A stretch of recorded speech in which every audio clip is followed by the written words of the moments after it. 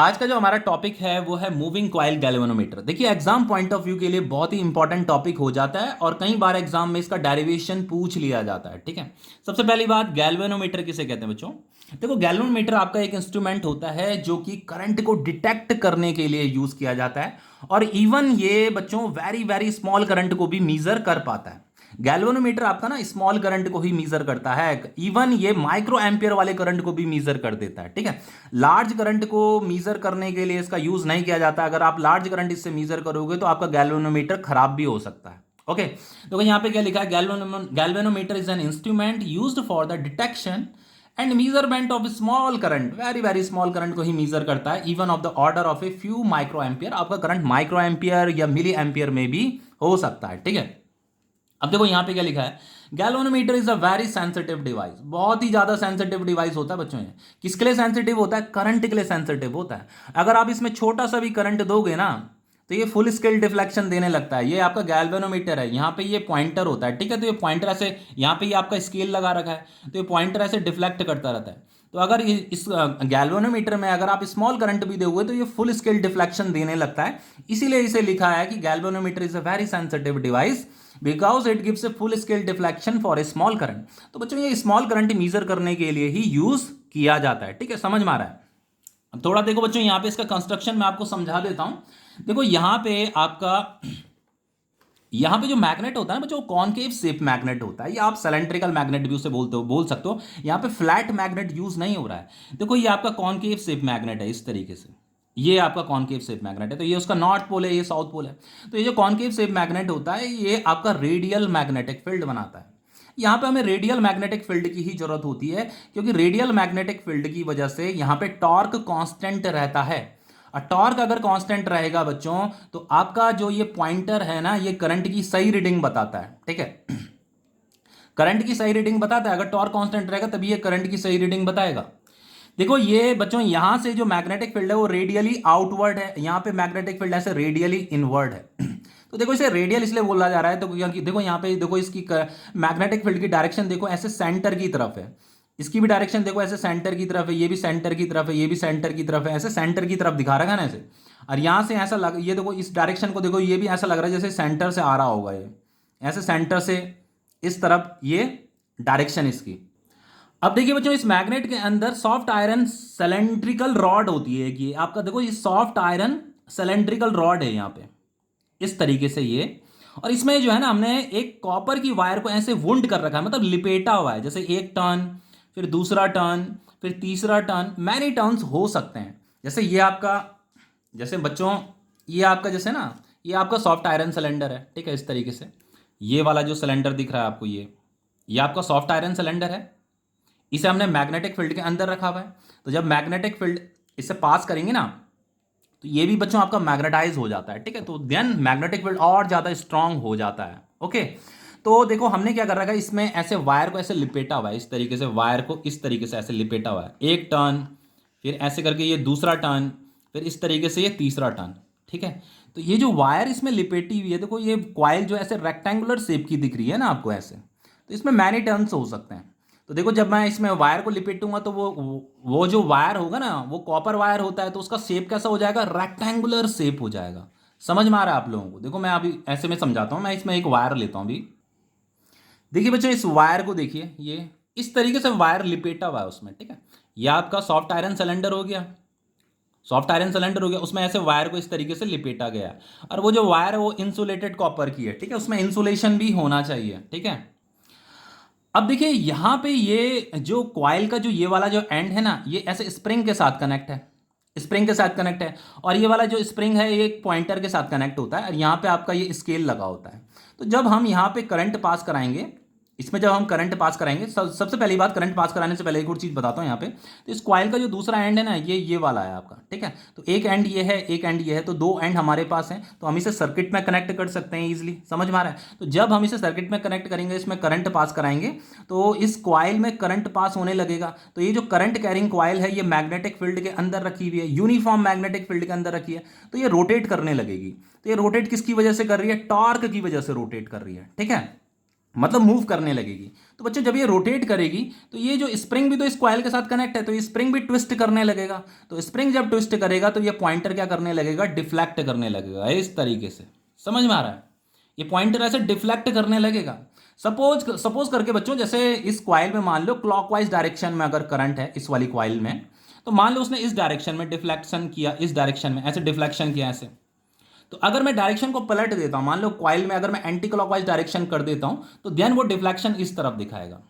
Coil, ये जो आपका पॉइंटर है ना, वो इस तरीके से डिफ्लेक्शन दिखाएगा। अब देखिए बच्चों, ये जो स्प्रिंग होता है ना आपका, ये आपका फॉस्फोर ब्रॉन्ज का बना होता है, फॉस्फोर ब्रॉन्ज। ये आपका एक अलॉय होता है, ठीक है। देखिए बच्चों, यहां पे देखो हमारा टॉपिक का नाम है मूविंग कॉइल गैल्वेनोमीटर। तो जो हमारा गैल्वेनोमीटर के अंदर ना एक कॉइल होता है, और उस कॉइल में जब करंट पास किया जाता है तो वो मूव करता है। ये कॉइल मूव करेगा, ये कॉइल जो है इस स्प्रिंग के साथ कनेक्ट है, तो ये स्प्रिंग भी ट्विस्ट करेगा, स्प्रिंग ट्विस्ट करेगा तो ये पॉइंटर भी क्या करेगा, डिफ्लेक्ट करेगा। ठीक है, बस इतना सा ही कॉन्सेप्ट है। बाकी अगर हम यहाँ पे वर्किंग की बात करें तो वर्किंग क्या है, ये वर्किंग मतलब किस प्रिंसिपल पे ये काम करता है, तो उसके लिए आपको ये लिखना है कि एक current carrying coil is placed in a uniform magnetic field. हमने एक करंट कैरिंग कॉइल को यूनिफॉर्म मैग्नेटिक फील्ड में रखा हुआ है, एंड वो जो आपकी करंट कैरिंग कॉइल है इट एक्सपीरियंसेस ए टॉर्क। तो वो टॉर्क एक्सपीरियंस करती है, टॉर्क एक्सपीरियंस करने की वजह से ही वो रोटेट कर रही है। ठीक है, तो कॉइल रोटेट करेगा तो ये स्प्रिंग ट्विस्ट होगा, स्प्रिंग ट्विस्ट होगा तो ये आपका जो पॉइंटर है ये भी डिफ्लेक्ट करेगा। तो यहाँ पे जो बच्चों टॉर्क होता है ना, टॉर्क कांस्टेंट होना चाहिए। बस नेसेसरी कंडीशन यही है कि टॉर्क आपका कांस्टेंट होना चाहिए। टॉर्क को कांस्टेंट रखने के लिए ही हमने यहाँ पे ये रेडियल मैग्नेटिक फील्ड ले रखा है। अब देखिए बच्चों, एनसीईआरटी में ना आपका ये वाला फिगर दे रखा है गैल्वेनोमीटर का, इससे कंफ्यूज मत होना। ये उसका साइड व्यू है, ये उसका टॉप व्यू है। तो अगर मैं आप इस गैल्वेनोमीटर को ऊपर टॉप से देखते हो ना, ऐसे ऊपर से देखते हो, तो आपको ये वाला पोर्शन दिखाई देगा इसका ऐसे, ये ऊपर वाला पोर्शन, ये वाला पोर्शन। तो यहाँ पे देखो मैंने ऐसे सर्कल बना दिया है। तो इसमें ये वायर लिपटी हुई होंगी यहाँ पे इस वाले पोर्शन में, एक टर्न, फिर 2 टर्न, फिर 3 टर्न, जो भी जितने भी टर्न होंगे, नंबर ऑफ टर्न। तो यहाँ पे ये वायर दिखा रही है इस तरीके से, इस तरीके से ये आपकी वायर दिखा रही है। ठीक है, समझ में आ रहा है? देखो एनसीईआरटी में दिखाता हूं मैं आपको। देखिए ये है आपका एनसीईआरटी का फिगर। ठीक है, ये नॉर्थ पोल, साउथ पोल, ये ऊपर उसका टॉप व्यू दे रखा है यहाँ पे। ये आपका वायर है, मैग्नेटिक फील्ड ऐसे रेडियल है। समझ में आ रहा है? देखो यहाँ पे स्प्रिंग यहाँ पे दिखा रखा है, ये एसपी लिखा है ना, एसपी मतलब स्प्रिंग ऐसे। तो बच्चे यहाँ पे क्यों दिखा रखा है स्प्रिंग? बहुत सिंपल है। देखो देखो, जब आप इसे टॉप से देखोगे ना ऊपर से, तो ये स्प्रिंग कहाँ दिखाई देगा आपको? यहाँ सेंटर में ही तो दिखाई देगा जब टॉप से देखोगे। तो यहाँ पे उसने स्प्रिंग बना रखा है ऐसे, इस तरीके से। ओके, और यहाँ पे ये जो कॉइल के साथ जो स्प्रिंग होता है, उस स्प्रिंग के साथ ऐसे पॉइंटर कनेक्ट होता है, और ये आपका स्केल है। ठीक है, तो ये टॉप व्यू है उसका। अब देखिए इससे आगे आपको क्या लिखना है लाइन। अब देखो यहां से आपका डेरिवेशन शुरू हो जाता है, एग्जाम में आता है। तो देखो आपको क्या लिखना है। When A rectangular current carrying coil is placed in a uniform radial magnetic field. यहां पे मैग्नेटिक फील्ड यूनिफॉर्म होना चाहिए है, और वो रेडियल भी होना चाहिए। ठीक है, तो जब हम किसी रेक्टेंगुलर करंट कैरिंग कॉइल को यूनिफॉर्म रेडियल मैग्नेटिक फील्ड में रखेंगे तो उसमें क्या लगेगा बच्चों? टॉर्क लगेगा। और टॉर्क का फॉर्मूला आप जानते हो, एम क्रॉस बी होता है। तो torque on a coil is given by क्या होता है? Torque is equal to M cross B होता है। एम आपका मैग्नेटिक डायपोल मोमेंट होता है। ठीक है, तो ये तो इसका वेक्टर फॉर्म है। तो फाइनली एम क्रॉस बी का फॉर्मूला क्या होता है? एम बी साइन थीटा होता है। ये भी आपको पता होगा, ये आपका टॉर्क का ही फॉर्मूला है। ठीक है, एम बी साइन थीटा। तो बच्चों theta is the angle between magnetic dipole moment and magnetic field. अब देखिए ये जो मैग्नेटिक डायपोल मोमेंट होता है, इसका फॉर्मूला होता है आई इंटू ए। ए क्या है बच्चों? वो जो रेक्टेंगुलर कॉइल है ना, उसका एरिया, ये जो आपका रेक्टेंगुलर कॉइल है ना, इसका एरिया है। तो आई इंटू ए को ही हम मैग्नेटिक डायपोल मोमेंट बोलते हैं। तो एम की जगह में आ जाएगा आपका आई इंटू ए, और ये magnetic field into sine theta. ठीक है, अब देखो बच्चों एक चीज बताता हूं मैं आपको, ये मैंने प्रीवियस लेक्चर में भी बता रखा है कि जो डायरेक्शन मैग्नेटिक डायपोल मोमेंट की होती है वही एरिया वेक्टर की डायरेक्शन भी होती है। और एरिया वेक्टर हमेशा बच्चों कॉइल के प्लेन के परपेंडिकुलर होता है, ये भी आपको पता होगा। एरिया वेक्टर हमेशा कैसा होगा? कॉइल के प्लेन के परपेंडिकुलर होता है और आउटवर्ड होता है। ठीक है, तो जैसे यहाँ पे theta is the angle between magnetic dipole moment and magnetic field है ना, तो इस फॉर्मूले के according theta is the angle between area vector and magnetic field होता है। ये भी आपको पता होना चाहिए। अब देखो यहाँ पे मैंने ये एन भी लिखा हुआ है, तो एन का मतलब नंबर ऑफ टर्न्स होता है। अगर उस कॉइल में से अगर जैसे यहाँ पे ये टर्न, नंबर ऑफ टर्न्स है ना, देखो ये एक टर्न, अगर एक टर्न होता, सिर्फ एक टर्न होता, तो ये फॉर्मूला हम यूज करते। पर अगर एक से ज्यादा टर्न है, यहाँ पे 1 टर्न 2 टर्न 3 टर्न, ज्यादा टर्न है, तो यहाँ पे जो भी नंबर ऑफ टर्न्स होगा वो भी यहाँ पे आएगा, ठीक है। तो ये आपका टॉर्क का फॉर्मूला हो जाएगा। लेकिन बच्चों टॉर्क शुड बी कांस्टेंट, सबसे नेसेसरी कंडीशन यही है कि टॉर्क आपका कांस्टेंट होना चाहिए। टॉर्क जब कांस्टेंट होगा तो आपका जो गैल्वेनोमीटर है वो आपको करंट की सही रीडिंग देता है, ठीक है। अब देखो टॉर्क कांस्टेंट कैसे होगा। सबसे पहली बात ये तो हो गया आपका नंबर ऑफ टर्न्स, ये तो कांस्टेंट है, करंट भी आपका कांस्टेंट है, कॉइल का जो एरिया है वो भी कांस्टेंट है, मैग्नेटिक फील्ड भी कांस्टेंट है। अब इस थीटा की अगर हम बात करें तो theta is the angle between area vector and magnetic field. तो क्या ये साइन थीटा की वैल्यू कांस्टेंट रहेगी? बच्चों ये साइन थीटा की वैल्यू भी कांस्टेंट रहती है, ये साइन थीटा की वैल्यू 1 आती है। अरे ये साइन थीटा की वैल्यू 1 कब आएगी? जब थीटा 90 डिग्री होगा।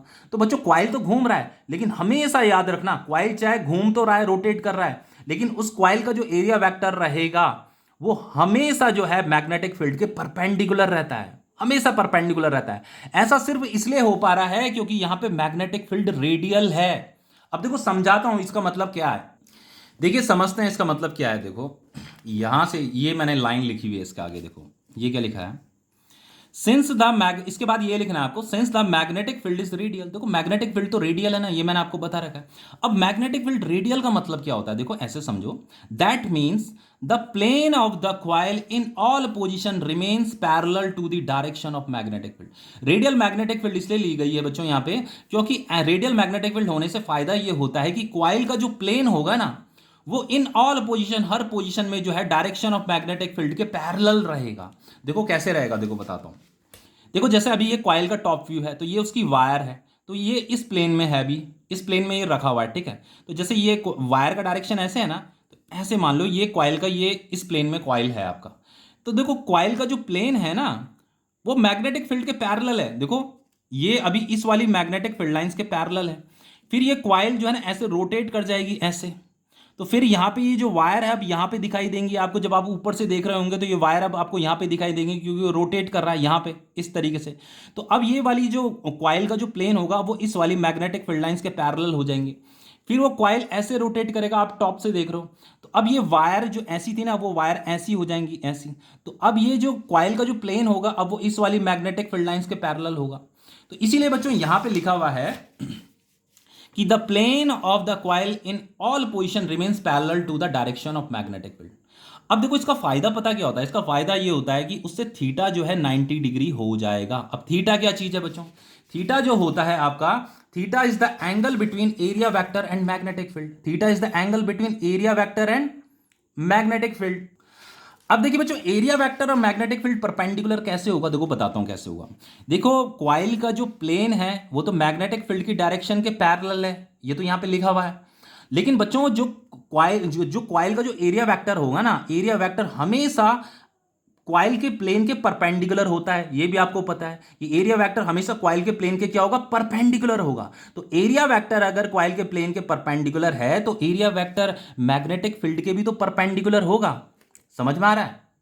फिर से बोल देता हूं बच्चों कि देखो ये जो प्लेन है ना, ये क्वाइल का जो प्लेन है वो तो मैग्नेटिक फील्ड के पैरेलल है, लेकिन क्वाइल का जो एरिया वेक्टर होगा वो अपने प्लेन के परपेंडिकुलर होता है। तो अगर एरिया वेक्टर अपने क्वाइल के प्लेन के परपेंडिकुलर है तो वो एरिया वेक्टर जो है मैग्नेटिक फील्ड के भी परपेंडिकुलर होगा। और theta is the angle between क्या है? Area vector and magnetic field. तो ये थीटा क्या आ जाएगा? 90 डिग्री आ जाएगा। हमेशा थीटा 90 डिग्री आता रहेगा। एंड फाइनली बच्चों वो जो थीटा था, साइन थीटा तो 90 डिग्री है, तो साइन 90 की वैल्यू क्या हो जाएगी? 1 हो जाएगी, हाँ है ना। साइन 90 डिग्री 1 ही तो होता है। तो ये जो हमारा फॉर्मूला था ना, ये जो हमारा था NIAB साइन, ये साइन 90 हो जाएगा। तो साइन 90 कितना हो जाएगा? 1 हो जाएगा। तो टॉर्क इज इक्वल टू हम लिख सकते हैं NIAB। टॉर्क यही रहेगा आपका। टॉर्क क्या है आपका? कांस्टेंट है भाई, टॉर्क आपका कांस्टेंट है। तो ये हमारा टॉर्क है NIAB। ये आपका अप्लाइड टॉर्क है। समझ में आ रहा है? अब देखो बच्चों ये जो अप्लाइड टॉर्क, इस पे जो भी टॉर्क अप्लाई हो रहा है उसकी वजह से ये क्या करेगा? मूव करेगा, रोटेट करेगा ना। तो ये इस क्वाइल के साथ आपका ये स्प्रिंग भी तो कनेक्ट हो रखा है, तो ये स्प्रिंग भी तो ट्विस्ट होगा। तो ये स्प्रिंग किसकी वजह से ट्विस्ट हो रहा है? अप्लाइड टॉर्क की वजह से तो ट्विस्ट हो रहा है। समझ में आ रहा है? स्प्रिंग जो ट्विस्ट हो रहा है अप्लाइड टॉर्क की वजह से ट्विस्ट हो रहा है। अब जो स्प्रिंग का एक बिहेवियर होता है, पता क्या होता है कि स्प्रिंग को जब भी आप ट्विस्ट करोगे ना तो उसे ट्विस्ट करने के लिए उस पर टॉर्क अप्लाई करना पड़ेगा। समझ में आ रहा है? तो स्प्रिंग क्या करता है? स्प्रिंग जैसे जैसे ट्विस्ट होता रहता है ना वो उस टॉर्क को रीस्टोर करता रहता है। स्प्रिंग का यही बिहेवियर होता है। स्प्रिंग में अगर आप फोर्स भी लगाओगे तो वो उस फोर्स को भी रिस्टोर करेगा, और अगर टॉर्क भी लगाओगे तो टॉर्क को भी रिस्टोर करेगा। देखो समझाता हूं मैं आपको मैं क्या कहना चाह रहा हूं। देखो इसे दूसरे पेज पे समझा देता हूं। देखो ऐसे समझो, जैसे बच्चों क्लास 11th में पढ़ा तो था आपने, ये आपका स्प्रिंग है, देखो ध्यान से देखना। अब मैंने स्प्रिंग में यहाँ पे एक फोर्स लगाया, तो बच्चों जब आप स्प्रिंग में फोर्स लगाओगे तो इसकी लेंथ चेंज होने लग जाएगी ना। तो स्प्रिंग क्या करेगा, स्प्रिंग के अंदर एक प्रॉपर्टी होती है कि वो क्या करेगा, अपोजिट डायरेक्शन में फोर्स को रिस्टोर करने लगता है, वो रिस्टोरिंग फोर्स लगाने लग जाता है, वो भी अपोजिट डायरेक्शन में फोर्स लगाएगा। वो इसलिए लगा रहा है क्योंकि वो अपनी ओरिजिनल लेंथ को रीगेन करना चाहता है, ठीक है। तो आपने इस डायरेक्शन में फोर्स लगाया, स्प्रिंग ने इस डायरेक्शन में फोर्स लगाया, तो स्प्रिंग जो फोर्स लगा रही है उसे रिस्टोरिंग फोर्स बोला जाता है। समझ में आ रहा है? तो उसी तरीके से बच्चों इस स्प्रिंग को ट्विस्ट करने के लिए आपको क्या करना पड़ेगा, टॉर्क लगाना पड़ेगा। तो अगर आप इसमें टॉर्क अप्लाई करते हो ना, तो टॉर्क जो अप्लाई हो रहा है उसकी वजह से ट्विस्ट होने लगेगा। तो ये स्प्रिंग के अंदर एक बिहेवियर होता है कि ये अपने ओरिजिनल कॉन्फ़िगरेशन को रीगेन करने लगता है, क्योंकि ये जैसे यहाँ पे ये रिस्टोरिंग फोर्स लगा रहा था, इसलिए लगा रहा था क्योंकि अपनी ओरिजिनल लेंथ को रीगेन करना चाह रहा था। जैसे ही आप इस फोर्स को यहां से रिमूव करोगे तो ये रिस्टोरिंग फोर्स क्या करेगा, इसे वापस इसकी ओरिजिनल लेंथ में ले जाएगा। समझ में आ रहा है? तो उसी तरीके से जब आपने यहां कोई टॉर्क अप्लाई करोगे तो अप्लाइड टॉर्क की वजह से वो क्या होने लगेगा, ट्विस्ट होने लगेगा, ठीक है। तो क्योंकि बच्चों वो ट्विस्ट हो रहा है तो स्प्रिंग क्या चाहेगा, स्प्रिंग ये चाहेगा कि वो अपनी ओरिजिनल कॉन्फ़िगरेशन को रीगेन कर जाए। तो उसके लिए स्प्रिंग भी क्या करता है, टॉर्क को रिस्टोर करने लगता है, अपोजिट डायरेक्शन में टॉर्क को रिस्टोर करने लगता है। समझ में आ रहा है? क्योंकि वो क्या चाहता है, वो ये चाहता है कि वो अपनी ओरिजिनल कॉन्फ़िगरेशन को रीगेन कर जाए। समझ में आ गया? इसीलिए बच्चों मैंने यहां पे क्या लिखा हुआ है, applied torque is equal to restoring torque. Applied torque की वजह से आपका स्प्रिंग क्या कर रहा है, ट्विस्ट कर रहा है।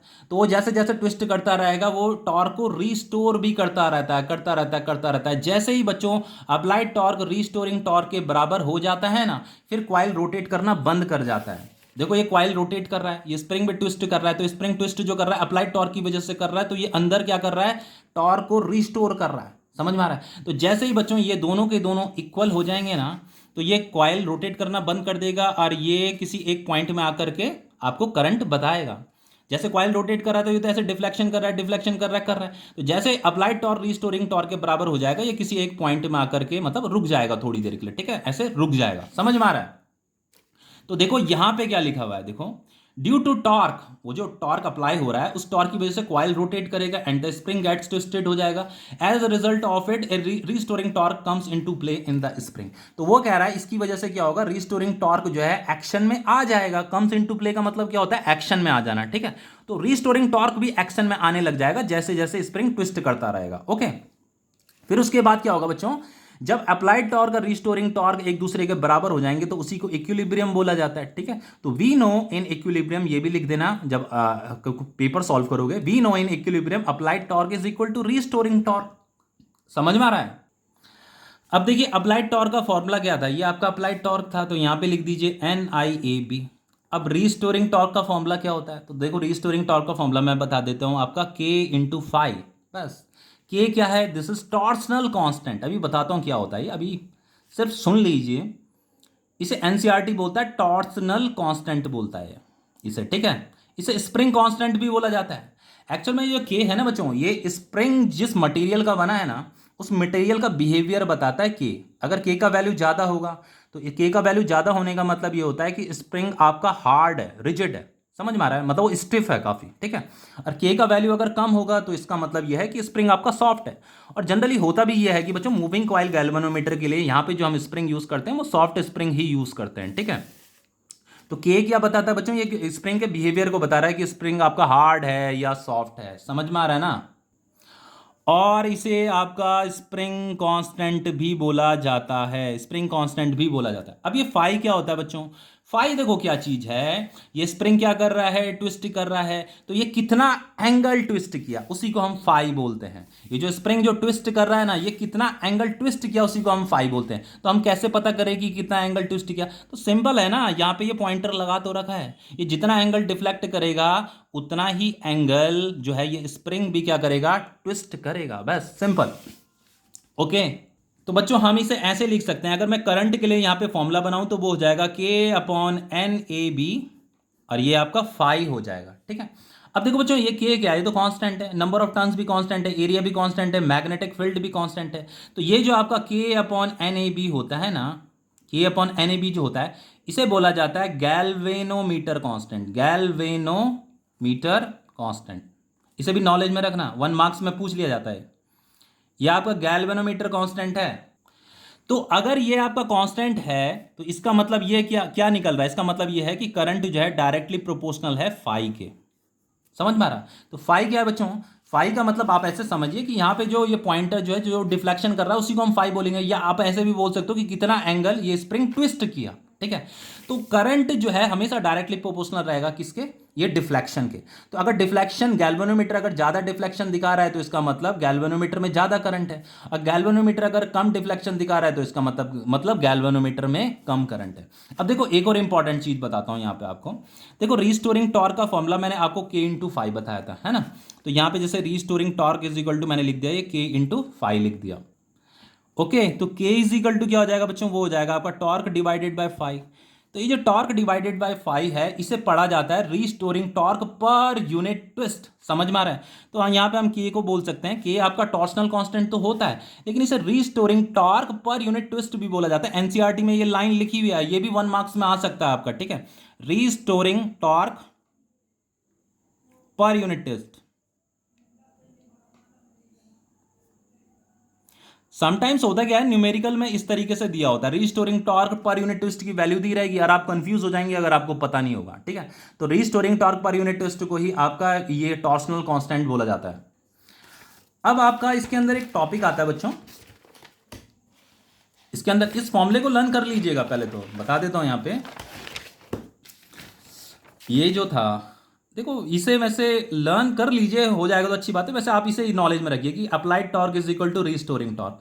अप्लाइड टॉर्क आपका एन आई ए बी है और रीस्टोरिंग टॉर्क आपका के इंटू फाइव है। ठीक है, तो इसी से आप ये इक्वेशन बना सकते हो। देखो अब इसके अंदर एक टॉपिक आता है आपका करंट सेंसिटिविटी। बहुत इंपॉर्टेंट टॉपिक है ये करंट सेंसिटिविटी। अब करंट सेंसिटिविटी का मतलब क्या होता है बच्चों? करंट सेंसिटिविटी का मतलब ये होता है कि आपका गैल्वेनोमीटर करंट के लिए कितना सेंसिटिव है। मैंने आपको बताया था ना कि गैल्वेनोमीटर काफी सेंसिटिव होता है बच्चों। वो स्मॉल करंट में भी लार्ज स्केल डिफ्लेक्शन दिखाता है, फुल स्केल डिफ्लेक्शन दिखाता है मतलब। तो गैल्वेनोमीटर करंट के लिए कितना सेंसिटिव है उसी का मतलब होता है करंट सेंसिटिविटी। करंट सेंसिटिविटी का मतलब यह है कि गैल्वेनोमीटर करंट के लिए कितना सेंसिटिव है, मतलब वो यूनिट करंट के लिए कितना डिफ्लेक्शन शो कर रहा है, वो यूनिट करंट के लिए कितना करंट शो कर रहा है। ठीक है, कितना मतलब वो यूनिट करंट के लिए कितना डिफ्लेक्शन शो कर रहा है, सॉरी। तो देखो करंट सेंसिटिविटी हम कैसे कैलकुलेट करेंगे बताओ? करंट सेंसिटिविटी हम कैसे कैलकुलेट करेंगे? मुझे यह पता करना है कि वो यूनिट करंट के लिए कितना डिफ्लेक्शन शो कर रहा है। तो देखो उसके लिए हम सिंपल सा ये करेंगे बच्चों, total deflection divided by total current, यही तो करेंगे। अरे मुझे यही तो पता करना है ना कि वो यूनिट करंट के लिए कितना डिफ्लेक्शन शो कर रहा है। तो उसे पता करने के लिए आप क्या करोगे? Total deflection divided by total current ही तो करोगे, बाकी क्या करोगे? अगर आपको बच्चों 20 रुपए में 50 टॉफियां मिल रही हैं और मैं आपसे पूछता हूं कि 1 रुपए में कितनी टॉफी मिलेंगी, तो आप total toffee divided by total rupees तो करोगे। वही चीज हमें यहां पे पता करनी है कि यूनिट करंट में वो कितना डिफ्लेक्शन शो कर रहा है, उसी को हम करंट सेंसिटिविटी बोलते हैं। तो उसके लिए हम क्या करेंगे? Total deflection divided by total current ही तो करेंगे। अब ये तो आपका करंट सेंसिटिविटी होगी। अब इसका फॉर्मूला देखो एक और होता है, क्या होता है? देखो हमें पता है कि अप्लाइड टॉर्क, ध्यान से देखिएगा, applied torque is equal to, मैंने आपको बताया था रीस्टोरिंग टॉर्क।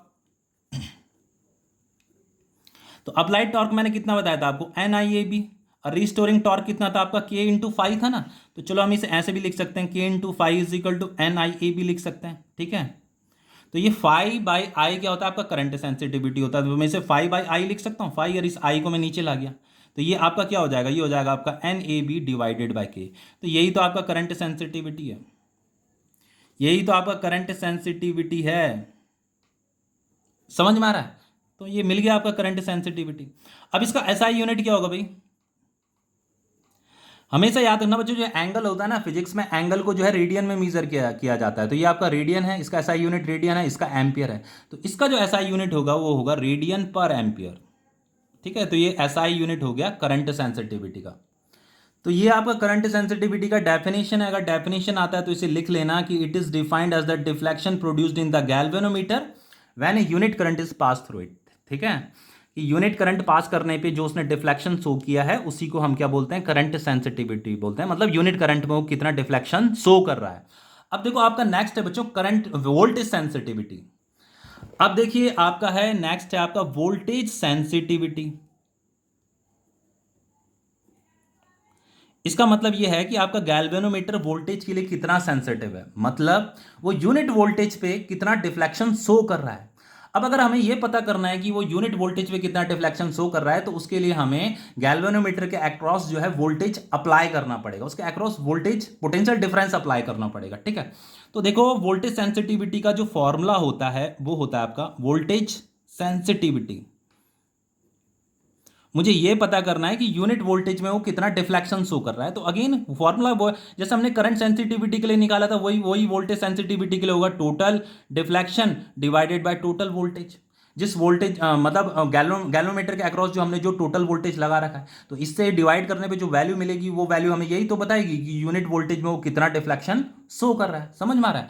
अब देखो ये इसके लिए मुझे फॉर्मूला बनाना है। अब फॉर्मूला कैसे बनाएंगे, देखो अभी मैंने आपको बताया तो था कि आपका जो अप्लाइड टॉर्क है वो किसके इक्वल होता है, रिस्टोरिंग टॉर्क के इक्वल होता है। अप्लाइड टॉर्क का फॉर्मूला है आपका NIAB, और रिस्टोरिंग टॉर्क कितना था आपका K5 था। तो देखो बच्चों अगर मैं यहां भी R मल्टीप्लाई कर दूं और यहां भी R मल्टीप्लाई कर दूं तो उससे क्या होगा, देखो V इजिकल टू क्या होता है, R इंटू आई होता है। तो ये आपका R इंटू आई क्या हो जाएगा, आपका V हो जाएगा। समझ में आ रहा है? तो मैं इसे लिख सकता हूं NAB, और ये R इंटू आई क्या हो जाएगा, आपका V हो जाएगा। समझ में आ रहा है? समझ में आ रहा है ना? तो इसे हम ऐसे लिख सकते हैं, देखो चलो मैं इसे ऐसे लिख देता हूं पहले। तो ये फाई बाई वी को ही वोल्टेज सेंसिटिविटी बोलते हैं, तो वी इधर आ जाएगा। तो ये हो जाएगा आपका NAB डिवाइडेड बाय, ये बी है, हाँ ये बी है आपका, डिवाइडेड बाय K, और यहां पर आ जाएगा आपका 1/R। ये आपका वोल्टेज सेंसिटिविटी है बच्चों, ये आपका है वोल्टेज सेंसिटिविटी। और इसका जो SI यूनिट होगा, SI यूनिट क्या होगा बच्चों, इसका इसे जो है रेडियन में मीजर किया जाता है, इसे वोल्टेज में मीजर किया जाता है, तो ये रेडियन पर वोल्टेज हो जाएगा, ठीक है। तो इसका जो SI यूनिट है वो होता है आपका रेडियन पर वोल्टेज। अब इसका डेफिनेशन कैसे लिखेंगे, देखो ये आपका वोल्टेज सेंसिटिविटी का डेफिनेशन है। देखो it is defined as the deflection produced in the galvanometer when a unit voltage is applied across the two terminal of the galvanometer, ठीक है। तो यूनिट वोल्टेज पे जो डिफ्लेक्शन बता रहा है उससे हमें क्या पता चलता है, हमें वोल्टेज सेंसिटिविटी का पता चलता है, ठीक है। तो वोल्टेज सेंसिटिविटी का मतलब यही है कि यूनिट वोल्टेज पे जो डिफ्लेक्शन है उसी को हम वोल्टेज सेंसिटिविटी बोलते हैं। तो ये टॉपिक आपका कंप्लीट हो गया है।